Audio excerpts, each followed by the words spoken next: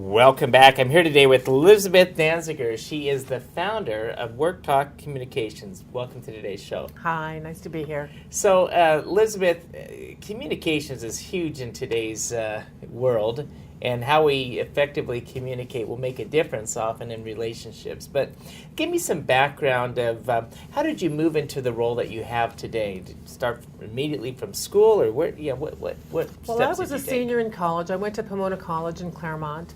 And one day when I was a senior, I was walking across the quad, and I suddenly said to myself, next year I'm going to be out of here, and I'm going to have to earn money.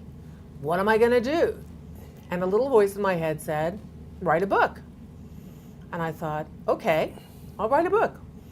So I went to a party where I met a person. I said, well, I'm writing a book. And he said, oh, my friend is an agent. Maybe she'd like to represent you. So that person represented me, and I wrote my first book.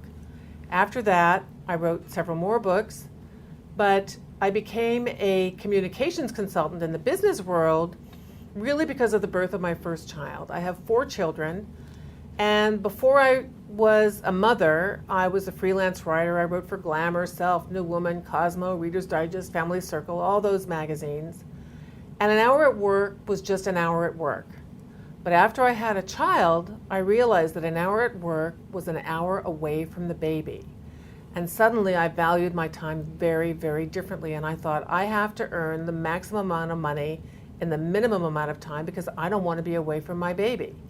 And so that meant goodbye Cosmo, goodbye Family Circle, and I decided to go into business. I did a lot of research on writing and training and took courses in training, and put together a writing training, which I have been refining and delivering for the last, my son's 27 years old.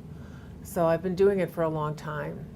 You know, in the world of freelance, and I want to step back and look at this for a little bit, it's important that what you write sells the magazines. Mm-hmm. So typically in the world of freelance writing, did you come up with the topics, or the other editors say to you, Elizabeth, here's what I want you to do for this article? How did that come about? I would basically look at each magazine that I was targeting and read several issues of the magazine. I would sometimes go to the library and just read like a whole year, not the whole magazine, but the table of contents of the magazines, and see what kind of articles they were buying, what kind of articles they were running. And then it really goes back to what I teach today, which is about analyzing the reader, analyzing your target audience. I would ask myself, well, given the kinds of articles that they have been publishing, what topics would be of interest to them? I would put together a list of 4 or 5 different ideas, and I live in Los Angeles, but I would go to New York several times a year. I had meetings with the editors, and I would just go and meet with the editors and say, well, I got this, I got this, I got this, I got this. What do you have? And they would say, I like that, I don't like that, I like this, I don't like that, and how about this? And we would do that. I also wrote query letters, which is a whole genre in itself of pitching an idea to a magazine.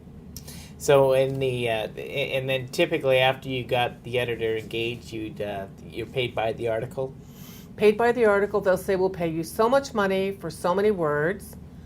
And the problem is that it is a flat rate. So what that means is that if you spend 25 hours interviewing people for your story and another 20 hours writing it, then you can turn it in, and they have the right to say, well, I like it, but I'd like it a little more blue, a little more green, a little more chartreuse. Just change it a little bit. All the time that goes into revisions doesn't matter. You get paid the same whether you do 1 revision or 10 revisions. And then they have what they call a kill fee, which is after you've done all this work, if they finally, even though they assigned it to you and they knew going in what it was, if at the end they say, well, we've decided this isn't the direction we want to go in, they pay you 10% of what they had promised to pay you. So there are certain magazines which were notorious for just having you do all the work and then paying you the kill fee of 10%, and that was it. So it's not really a reliable, not so reliable.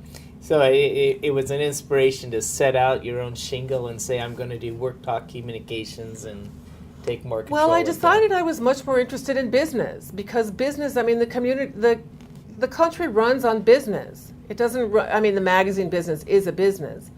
But I was just very fascinated by the opportunity to learn about many different businesses. And when people send me writing samples, I get the inside scoop on their businesses. And I learn so much, and I learn from everyone that I teach. So it's a fascinating job. I'm visiting here today with Elizabeth Danziger. She is a consultant in business communications and the founder of Work Talk Communications Consulting. Elizabeth, I need to take a quick break, and we'll be right back after these messages. Great. I love fishing, with my family.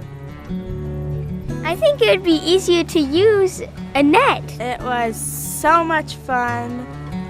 The times when we are together, it makes it all the more worth it.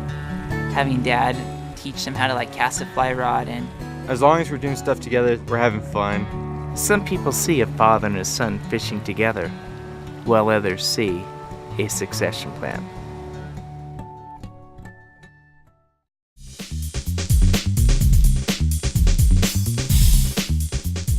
Welcome back. I'm visiting here today with Elizabeth Danziger. She is the founder of Work Talk Communication Consulting.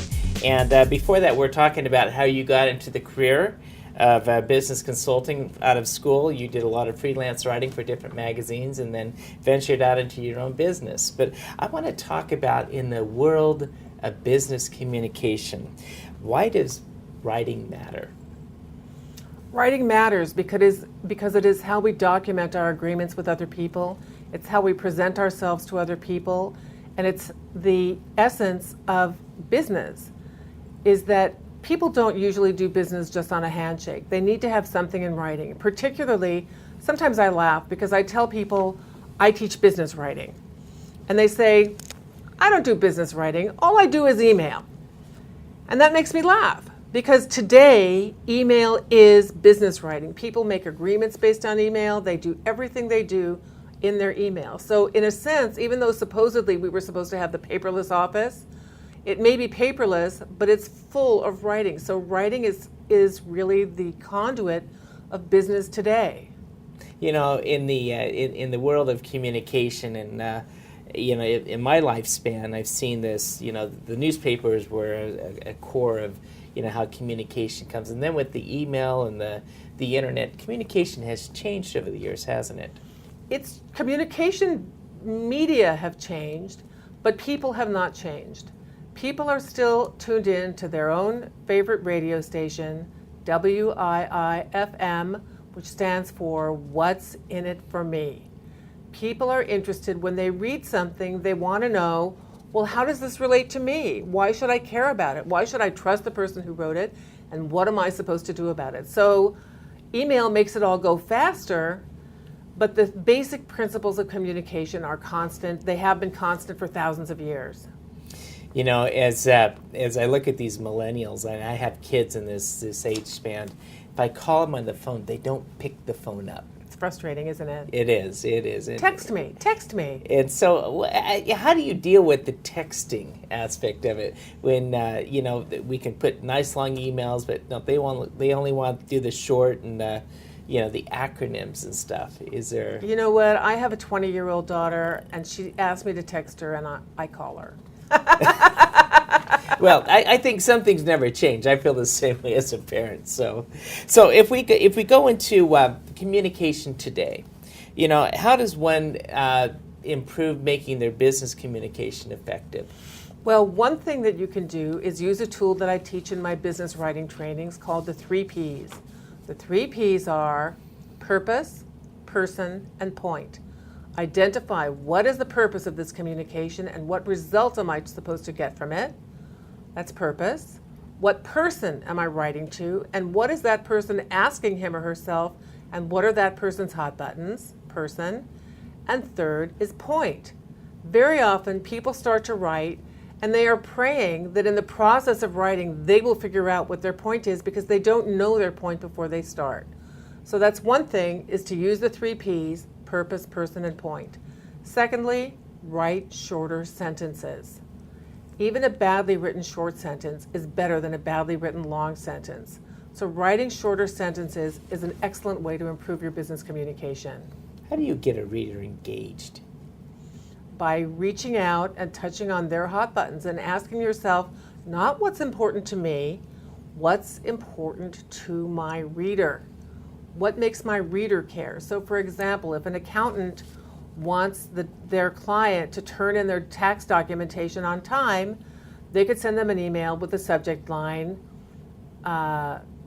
source information requested, or they could send an email that says, avoid late payment penalties, source information requested, or reduce accounting fees, source information requested. So by touching on what matters to the reader, it will make it a much more persuasive document. I'm visiting here today with Elizabeth Danziger. She is a communications consultant and the founder of Word Talk Communication. Elizabeth, I need to take a quick break, and we'll be right back after these messages. And I want to get more into the persuasive writing, how we go about that. Okay. We'll be right back after these messages. He's the world's most trustworthy man. Tax filing deadlines are scheduled around his vacation calendar. The IRS agent who audited his client apologized. I don't always advise people on their taxes, but when I do, I save them every penny legally possible. GROCO CPAs and Advisors. Come to GROCO and stay wealthy, my friend. Welcome back. I'm here today with Elizabeth Danziger. She is the founder of Word Talk Communication and a business communications consultant. And Elizabeth, we were discussing before the break the 3 P's: purpose, person, and point. I always like to put the 4th one for me, prayer. Trying That's to a good one too. say the right things. That's in a there. good one too. That adds to purpose, person, and point. But when we go back to persuasive writing, in other words, I always want to feel that what I put out there is really going to influence a person to change, or whatever my point is, that they understand this is why they need to do that. How does a person write persuasively? Well, the first secret is to analyze the reader. The better you can analyze your reader. I'll tell you a story. My daughter Sarah came home from the first day in high school, and she said, "Mom, I need a shirt from Abercrombie & Fitch." And I said, "Well, I need to not spend $60 on a shirt." She said, No, I need a shirt from Abercrombie. So we were going back and forth, and we were kind of at an impasse. Then her older sister Lily came home and overheard our discussion, and she said to her younger sister, "Well, why didn't you get a shirt from American Apparel?" And Sarah said, "Oh, is that cool?" And Lily said, "Yes, it's cool." So Sarah replied, "Okay, let's go to American Apparel." So she got the less expensive shirt. I didn't spend $60, and Sarah got what she wanted. Once we figured out that what she really wanted was not a shirt from Abercrombie & Fitch, she wanted to be cool. Once we understood what her true need was, we were able to find alternate ways to supply her need. So the first thing is to really analyze and figure out how does your reader feel emotionally? What makes that person tick, and how can you align yourself with that person's needs and desires? There are another few things you can do. You can, when you write to the person, identify similarities between you and that person. Focus on how you and they are similar, because then they feel more like you're on the same team and you are working in the same direction. Another thing you can do is use similar linguistic patterns to the ones that the other person uses. So if they use a lot of metaphors and images, you can use metaphors and images. If they speak very fancy, highfalutin, complex words, then you write in fancy, highfalutin, complex words. If they use very simple, straightforward words, then you use simple, straightforward words. So using the other person's language, finding similarities. And another thing that's very persuasive is to create visual images. If you look, I understand you mentioned prayer. If you look in the Bible is full of visual images, things that happen that you can visualize and imagine them really happening. And it's not an accident. There are many reasons why people read the Bible, but it's gone on for thousands of years. And one of the holds that it has on people is that it holds emotional imagery, visual imagery. So the visual images are very powerful. And but the first thing, of course, is to analyze what the reader needs. I think it's somewhat of a gift, though, being able to analyze another person and say, well, this is what I feel that they're looking for. Would you say that's true? Or I think it is a gift, but it's also something that you can practice. You can really think about it and ask yourself, what does that person need? It is a gift, but it's also a skill.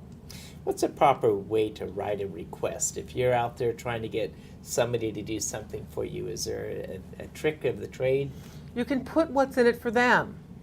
So, for example, going back to the accountant, if you want, in order to avoid late payment penalties, we need to receive your documentation by March 1st. In order to file your return on time, we need to receive your documentation by March 1st. We request that you send in your whatever it is, because this will help us get you what you want. Yeah, when I jump back to grammar, I remember my English classes in college, and let's talk about verbs. Are they important in the way that we put things? Verbs are very important. Verbs are the motors of language. By definition, nouns just sit there until they encounter verbs. Verbs are the motors of language. They make the words take life. So the more verbs you can use, more powerful, vivid, don't just use is, are, am, but real, vivid, powerful verbs. There are so many. Verbs that create pictures. These are the verbs to use, and use plenty of them.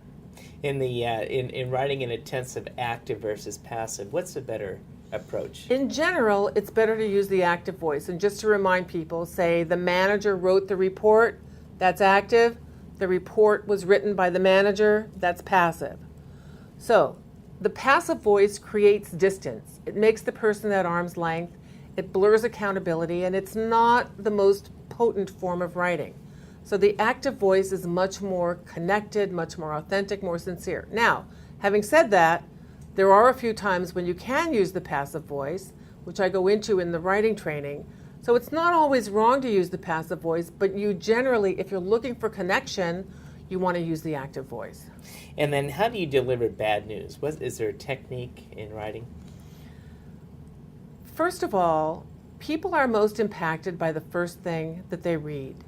So if you have bad news and you put your bad news at the beginning of the document, the person is not likely to read the rest of your document. They're going to read that bad news, they're going to feel upset, they're going to throw the document down or delete it or close it or something, and they're not going to get the reasons behind your bad news, because if you had bad news, there was probably a rationale that explained why that bad news had to happen.